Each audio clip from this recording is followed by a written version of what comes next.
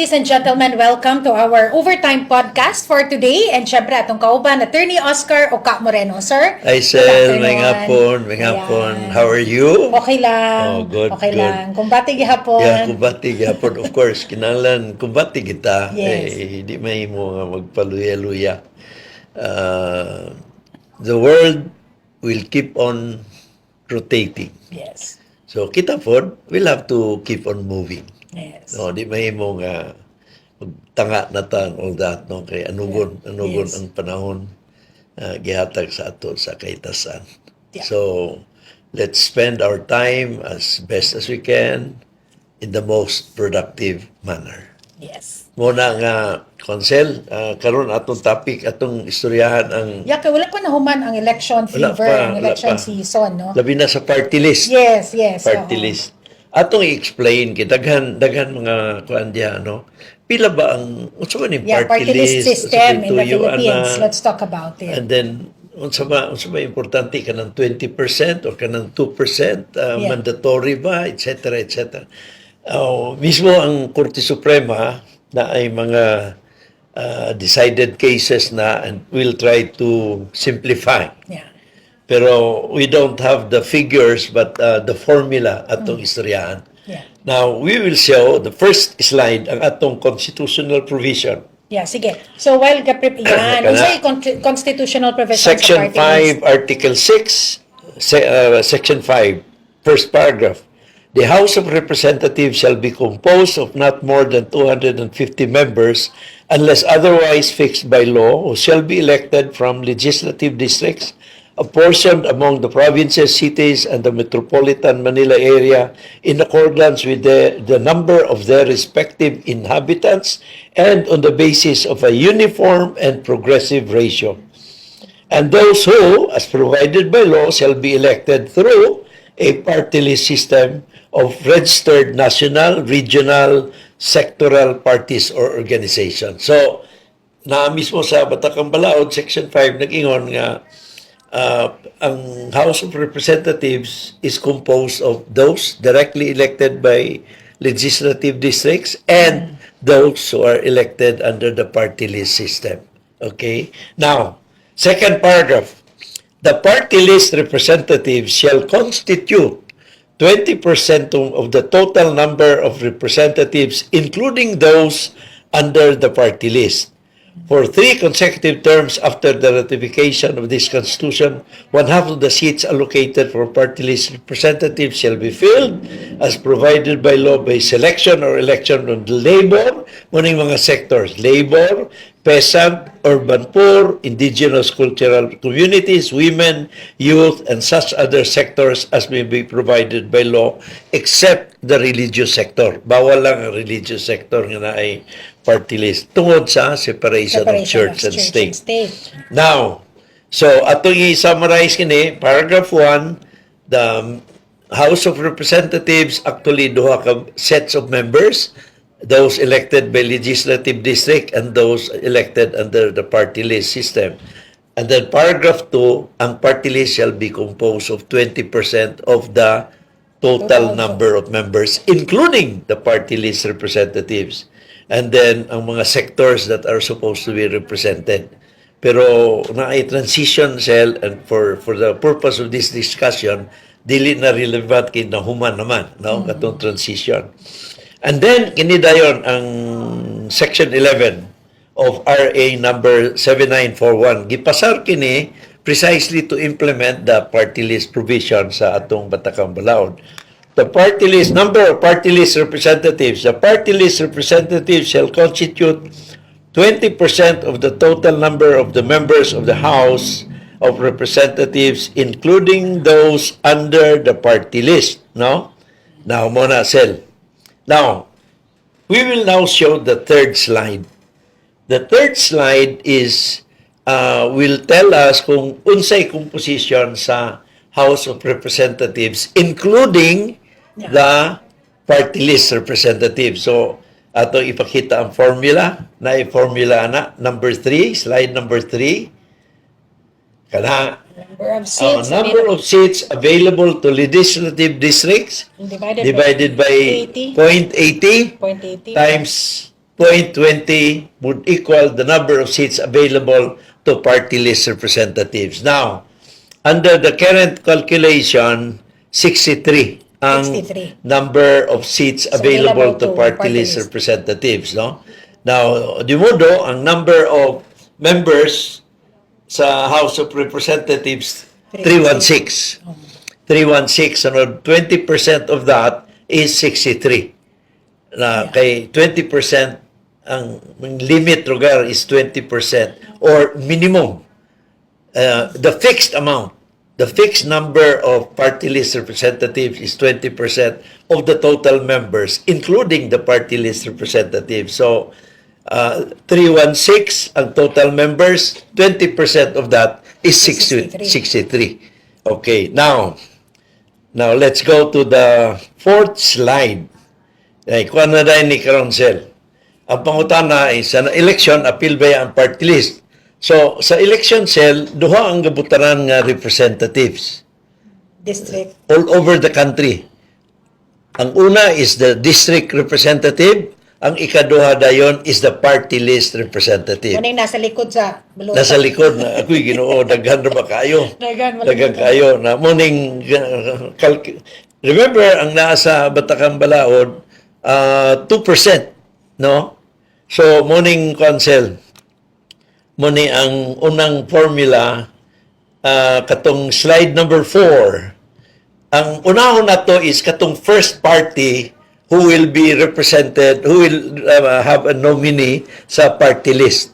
The first party, katong first, the highest, the party list that has the highest number of votes, no? Now, muna siya ang iyang formula diya.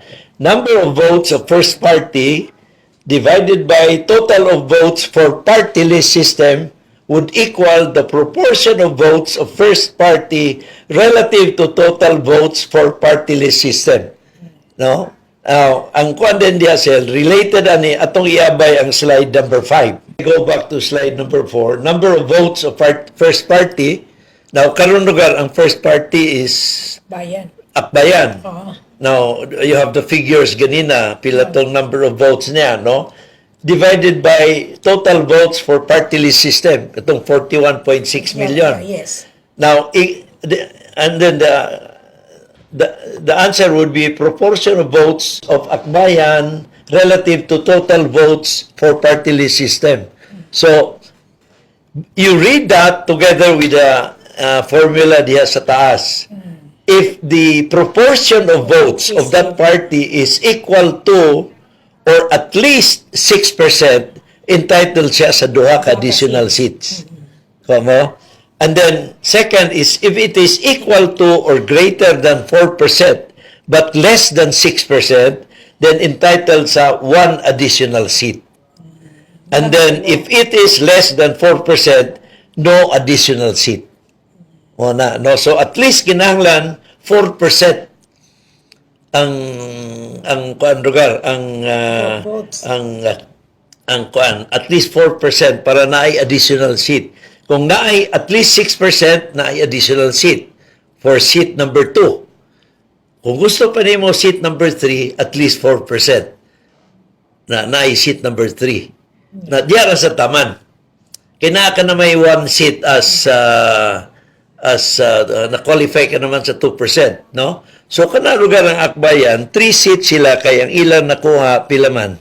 2.7? Ang ilang nakuha is 6 point something. So, over 6%. Munang naay additional 2 seats.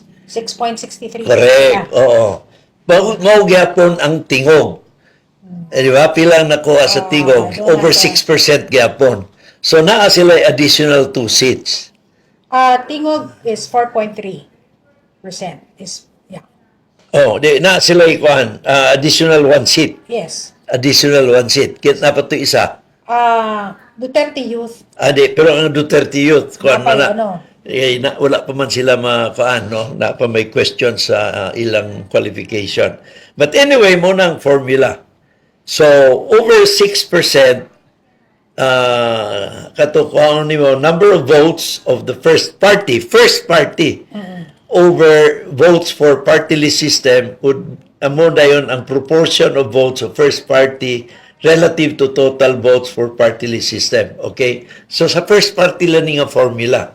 Now, mo dayon na equal to or at least 6%, 2 additional seats. Now, equal to or greater than 4%, 1 additional seat, and then less than 4%, no additional seat. Now, Monica Roncel, that is the formula for the first party. Now, ang question karon is what about the second and additional winners? Second and additional winners, no? Now, atong igawas karon ang formula number 6. Kini. Muna ni karon Sel ang kay kinahanglan kini siya nga formula, you have to have at least 2% to qualify as a winner, no? And then we're talking here of the additional seats Okay. of the concerned party. It is equal to the number of votes of concerned party over number of votes of the first party times number of additional seats allocated to first party. Now, additional seats allocated to first party is 2, di ba? 2. Yeah. 2. So, muna, na mathematical calculation, ana, for every party that has garnered 2% of the votes cast sa party list system. Kinahanglan nakakuha kag 2% to be able to calculate kung naabay additional seat. This is the formula for determining whether naabay additional seat for a winner. Winner naman siya, kay naayang 2%. So, ang question na lang is, naapabay additional seat? Now, kung meet na niya, number of votes of the concerned party over number of votes of the first party times number of votes allocated to first party, kung kuha na Sel, naasay usa ka seat. Naasay usa ka seat, no? Now, so far so good. Yeah. Now, kini din Sel, ang question din karon arose. Kinahanglan ba gyud nakaabot og 2% to be a winner? The Supreme Court has decided, ito sa Carpio kay, itong sa decision ni Justice Carpio, nga katong 2% na sila'y guaranteed seat. Pero kinahanglan man nga ipaabot na to sa 20% ang members of the party list system. So, all the other seats, all the other slots, to meet the 20% would not anymore consider the 2% threshold. Bisan pag wala sila maka 2%, pwede pagyapon sila matagaan og seat. Entitled pagyapon sila sa seat, depende na sa ilang number of votes. Imo na ding i-determinar from the highest to the paingon sa number 63. Muna, karon Sel, ang party list representatives, dili tanan na ay 2%. Ang na ay 2%, katurag yung first, top 2, top 3, top 4, no? And then, pwede pa gani sila na ay additional members depending on the number of votes that they have. Basta kay mapuno tang 63. Basta kay mapuno ang 20%. Ang 20%. Oo. Now, munang, every time nga ang Kongreso mo increase sa number of legislative districts, okay? Yes, That is allowed by the Constitution. Dito sa atong nabasa ganina, if provided by law, na ikuan man na sa House of Representatives by way of a law, kung na ay additional seat sa legislative districts, that will also mean na ay corresponding additional seats sa party list system. Mo kana. Now, so again, ako Usbon, sa kinsa tong makakuha sa 2%, at least 2%, entitled sa 1 seat. Okay. And then, kung nakakuha pa over the 2% by 6%, 6%, then entitled sa additional 2 seats. And then the other members, the other winners, will also earn more seats depending on that formula that I mentioned ganina. So dili fixed ang formula, dili fixed ang number of seats na makuha sa number 2, number 3, number 4. Depende sa number of votes that they have earned. Pero ang maximum, sir, tulurag. Tulurag yun. Walay party list that can have more than 3 members in the House of Representatives. So, katurugar, hindi karon akbayan, over 6% na sila. Katong sobra nila, di nila ma-avail sa by way of additional seat. Kaya nakakuha naman nila maximum. Nakuha naman nila ang tulong. Now, katuda yung number 2, number 3, number 4, depende na yun sa ilang number of seats, sa ilang voto in relation sa akbayan. Ang mga nominees, ani sir, by the way, predetermined na siya. Yes, isabit man ang ilang mga ngalan. Sa filing pa lang. Okay. Oo. Sunod, Sel, although pwede nang ma-change sa party list, sa organization, no? Now, ang kuan lang diha is, ang issue lang diha is, pwede ba ang regular political parties? Now, medyo divided ang korte diha, pero si then Chief Justice Puno stood pat sa iyang posisyon nga dapat dito ra gyud sa marginalized sectors. Along that note, sir, kanang unsa ba yung objective sa going back sa constitutional provision, unsa ba ang objective sa balaod nganong kinahanglan pa ang kinahanglan ng party list system Well, given na may legislative usa kini sa mga reforma that were brought into fore sa 1987 Constitutional Commission. Again, daghan na itong mga suggestions, itong parliamentary, etc. Pero nangibabaw pagyapon ng presidential form of government. And then diha sa legislative branch, gisulod kining concept sa naay party list. Ang tuyo ani Sel is precisely to give the marginalized sector their voice dito sa legislatura. Mao gina ang tuyo diha, no? As we have read dito sa constitutional provision, katong transitory members who will be elected or appointed, di ba? Ito sila. The party list representatives shall constitute 20% of the total number of representatives, including those under the party list. So this is mandatory. Constitute 20% for 3 consecutive terms after the ratification of this constitution. 87 biya to. 1/2 of the seats shall be allocated to party list representatives, shall be filled as provided by law, by selection or election, etc., from the labor, peasant, urban poor, indigenous cultural communities, women, youth, and such other sectors as may be provided by law. Now, of course, dito ang balaod dayon na 7941 na atong mga representatives nga no. Now, ang problema Sel is dito sa deliberation sa Constitution, sa Constitutional Commission, gigawas gid dito Sel sa ilang discussion nga political parties are allowed. Gigawas dito. Pero again, ang kuan lagi is ingon ang Korte Suprema nga although gigawas ka na dito sa the discussion, pero what the people overwhelmingly ratified when they ratified the Constitution was the belief nga kanang party list is para lang sa marginalized sector. Na muna ang question ang question karon is, will that thinking of the Supreme Court remain? Kaya ka na decision raman, no? Pero the fact is that dito sa deliberasyon, ang members of the Constitutional Commission seem to have agreed nga pwede ang political parties, established political parties.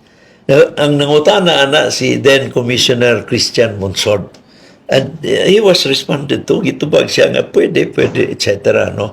Pero mo lagi, ang ang question ani karon according to Chief Justice Puno is katong possibility has been klaro nga overridden sa the clear intent of the electorate when they ratifying the constitution nga ang party list para lang sa marginalized sector.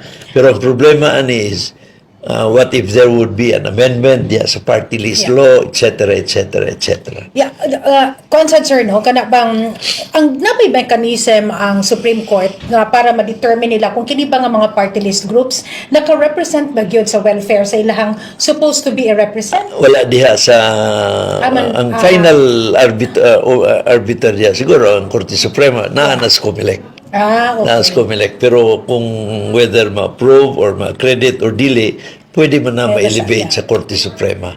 And that is where mo kuan pa na yung mga issues that still remains to be seen, no? Kay basig na ay big political party, sunod i-accredit sa COMELEC. Let's say i-accredit sa COMELEC and then siyempre na ay mag-object, no? Ma-elevate gina sa Korte Suprema. Now, muna yung problema karon sa Duterte Youth. Yeah. Kaya ang Duterte Youth, I think, should also be entitled, based on the number of votes nga ilang nakuha, they should be entitled also to 3 seats. Yeah. Kay kuan sila, no? One of those that garnered the highest number of votes, no? Now, ang problema is na a question sa ilang qualification. It appears nga when they sought the accreditation, registration sa COMELEC, wala sila moagi og publication. And mo na nga naa sila kaso, a case was filed questioning their qualification, and ang abogado gani nga nag-file was then former COMELEC chairman Sixto Brillantes, who died in 2019, no? Namatay siya sa 2019 or 2020, namatay siya nga wala pa madesisyonin ning kasuha. And in fact, hangtod karon wala pa yung desisyon aning kaso. Muna ang COMELEC karon is pressed with having to resolve that. May nag-question, no? So, ang akong tanaw, unsa may desisyon sa COMELEC diha, they will elevate pa mangyapon na dito sa Korte Suprema. So, ang question diha is, to determine whether or not, in fact, ang Duterte Youth failed to meet the publication requirement, and if they failed, the next question would be, was that jurisdictional? And then the third question would be, given that they have assumed office as party list representatives in 2019, in 2022, duha na ka-eleksyon, unsay epekto niadtong duha ka proclamations, duha ka elections nga nag-assume sila as party list representatives, unsay epekto niadto sa defect that was attendant, assuming that there was a defect before the 2019 election. Muna mga big issues diya. Of course, dili malikayan, naana sa dayo yung mga sidelights diya nga nahimong tungod sa politika. Pero we'll see how the Supreme Court, ako tanaw, Supreme Court nang gina. Kay unsay decision sa COMELEC diya, eventually of the Supreme Court, will have an impact dito sa succeeding more seats, additional 3 seats. Kay kung panalitan, dili makalingkod ang Duterte Youth because the Supreme Court will declare nga tama ang desisyon, assuming the COMELEC will say nga disqualified siya, and then i-affirm sa Supreme Court. Now, so that means na pa'y tulo ka seats nga bakante. That means na pa tong additional katong mga those who garnered the 3 highest number of votes sa party list election will have will have 1 seat each. Sir, ang party list are... Bisan pa o wala sila maka 2%. Na mo nang mangutana ka, dagan nga pangutanang ang abamin, wala man maka 2%, ganong na may ilang seat. Kinaaman sila sa, sulod man sila sa 63. Sulod sa 60. Oo, wala sila dito sa, let's 2%. say, 2%, pero nakasulod sila sa additional members because of the number of votes that Yes. were cast in their favor. Sir, ang party list is voted at large. At large, the whole country. The whole Yes. country compared sa katong legislative districts Correct, nato. correct. Yeah, ang kaning sa party list, sir, ang ilaha bang responsibilities, ang functions, o pati budget des Kongreso, sir, parehas ra sa legislative Actually, they are for all intents and purposes, they are considered as regular members of the House of Representatives. Pero dili malikayan kay unless karon panalitan ang chairman sa Appropriations Committee or sa to member sa party list.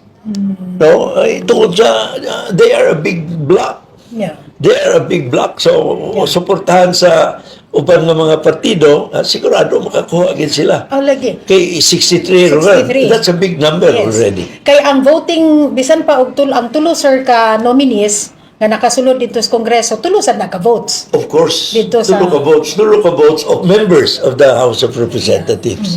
So powerful kayo ang party list kay Plus, na kana lugar karon og magkahiusa sila, na sila at least 60 votes.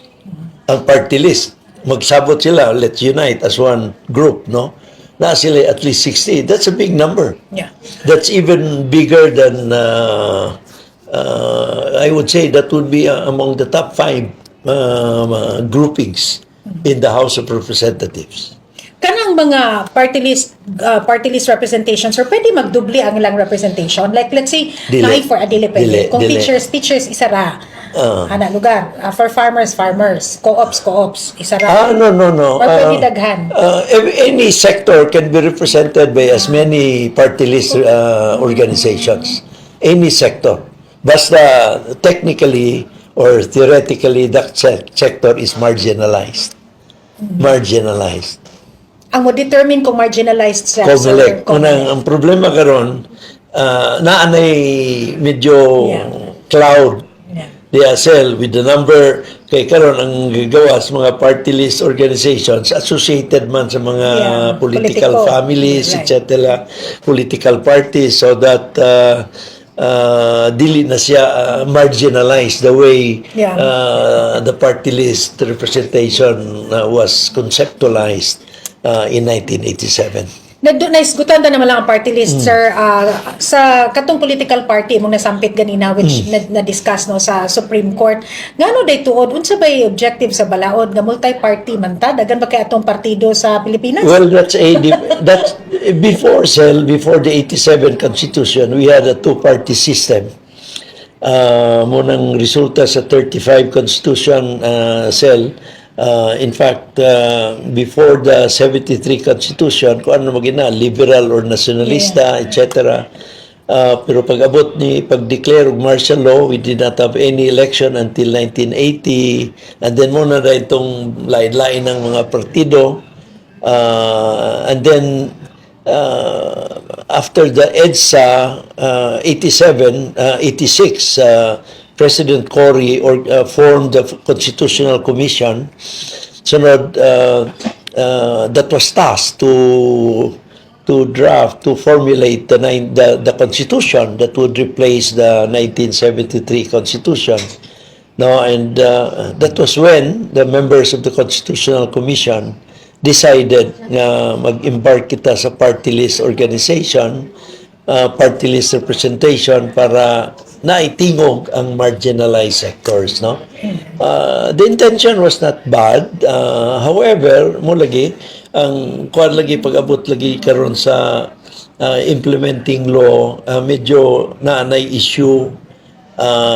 Di naman ingon nga to exclusive gyud, and then ang ruling sa din sa Korte Suprema, mismo ang Korte Suprema had declared nga di man kinahanglan nga gikan gyud from the destitute and all that, no? Napatoy term nga gigamit sa Korte Suprema. So medyo liberal ang interpretation sa Supreme Court mo nang nagdaghan gyud ang party list organizations. But ang wala lang gid diha nga klaro ang religious sector, mo nang kanang sibak ay associated man na sa kang paano kang Ed Villanueva, pero dili siya as a religious organization. It's an aggregation against corruption. Yeah. Oo. Kaya kung religious ang tuyo, di gid siya mo qualify as a party list organization, whether sectoral, regional, whatever. Ang legislation, sir, na ipangpasa sa mga party list groups, pwede, once they are already in Congress, pwede na nga dili related sa ilahang Of course, marginalized. they are a regular member. Oo. They can participate okay. in the debates. They can interpolate. They can question. They can argue. Muna, ang Akbayan, sila ni Shell Jokno, and then ML, sila ni former Secretary Leila de Lima, will be active members in the House of Representatives, even if they are party list representatives. No? Dili din nga pag farmers gidunta. No, they are not limited to the isulong nila dito sa Kongreso. issues that their party list has vowed to focus on, no? Kaya of course ang kuan man din diya ang ilang role as legislators, no? To make sure that the laws of the land are properly implemented, properly formulated, etc., and are being implemented in a judicious manner. So kanang mga oversight functions, you will get to hear them more often than even the regular Lagi na kayo ang kuan partido, parties. So, bibo kini sel, labi na karon nakasulod ang Akbayan, kasulod ang ML, and who knows, no? This could be the beginning of the awakening. There will be more party list organizations that would focus on human rights and the causes for the poor and the destitute. Over time, sir, sukad nga namugna kining party list system nato for the marginalized sectors. Unsay tanaw niyo? What's your assessment personally? Well, medyo na-open up to many party list organizations associated sa mga big names, big parties, big groups. Pero kini karon ang Akbayan and ang entry ni grupo ni Congressman-elect Jokno, Congresswoman-elect Leila de Lima has opened up has created some openings that hopefully will be available for the cause-oriented groups in the future. All right. Thank you, sir. Salamat. Salamat. Thank you. Hangtod sa sunod na pod, gapanagbuban nato sa atong Overtime Podcast for more discussions with Attorney Oscar Oka Moreno.